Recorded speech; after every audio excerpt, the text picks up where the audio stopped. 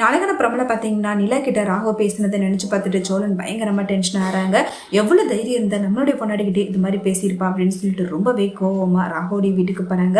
ராகவ எவ்வளவு தைரியம் இருந்தா நீ என் பொண்டாட்டிக்கிட்டே இது மாதிரிலாம் பேசியிருப்ப, அவளுக்கு பிடிக்கலன்னு தெரிஞ்சிருந்தோம் அவள் பின்னாடி நீ சுத்துறேன்னா அப்ப நீ எப்படிப்பட்ட கேடு கட்டவனா இருப்பேன்னு சொல்லிட்டு ராகவ பயங்கரமா அடிச்சுறாங்க. ராகவ அதை பார்த்துட்டு பயங்கரமா டென்ஷன் ஆகிறாங்க.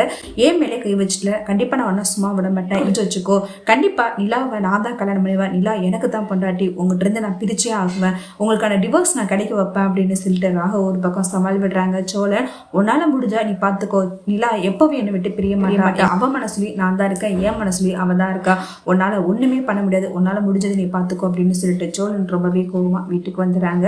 அடுத்த நாள் ராகவ முதல்ல அடிபட்டுக்கிறத பார்த்துட்டு நிலா என்னாச்சுன்னு சொல்லிட்டு கேட்குறாங்க. இது எல்லாத்துக்கும் காரணமே அந்த சோழன் தான், நேட்டா வந்து என்னை இது மாதிரி அடிச்சு போட்டுட்டான் அப்படின்னு சொல்றாங்க.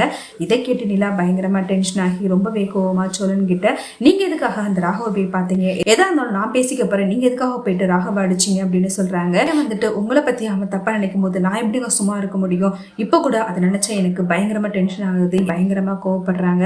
நிலா அதை பார்த்துட்டு உண்மையிலேயே சோழன் நம்மள லவ் பண்றாங்கன்னு சொல்லிட்டு மனசுக்குள்ள சந்தோஷப்படுறாங்க. நிலா சோழனை பத்தி யோசிக்க ஆரம்பிக்கிறாங்க.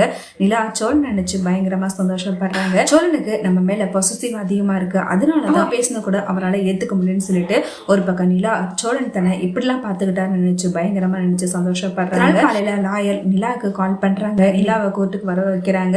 இன்னைக்கு தான் உங்களுக்கு கடைசி, இன்னையோட உங்களுக்கு டிவோர்ஸ் கிடைச்சிரும் அப்படின்னு சொல்றாங்க. சோழனையும் கோர்ட்டுக்கு வர வைக்கிறாங்க.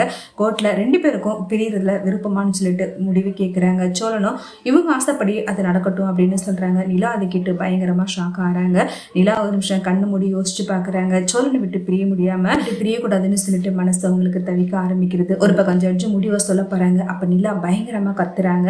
என்னால சோழனை விட்டு பிரிய முடியாது, சோழன் தான் என் புருஷன் சொல்லிட்டு ஓடி போயிட்டு நிலா சோழனை ஹக் பண்ணி கதறி அழுகுறாங்க.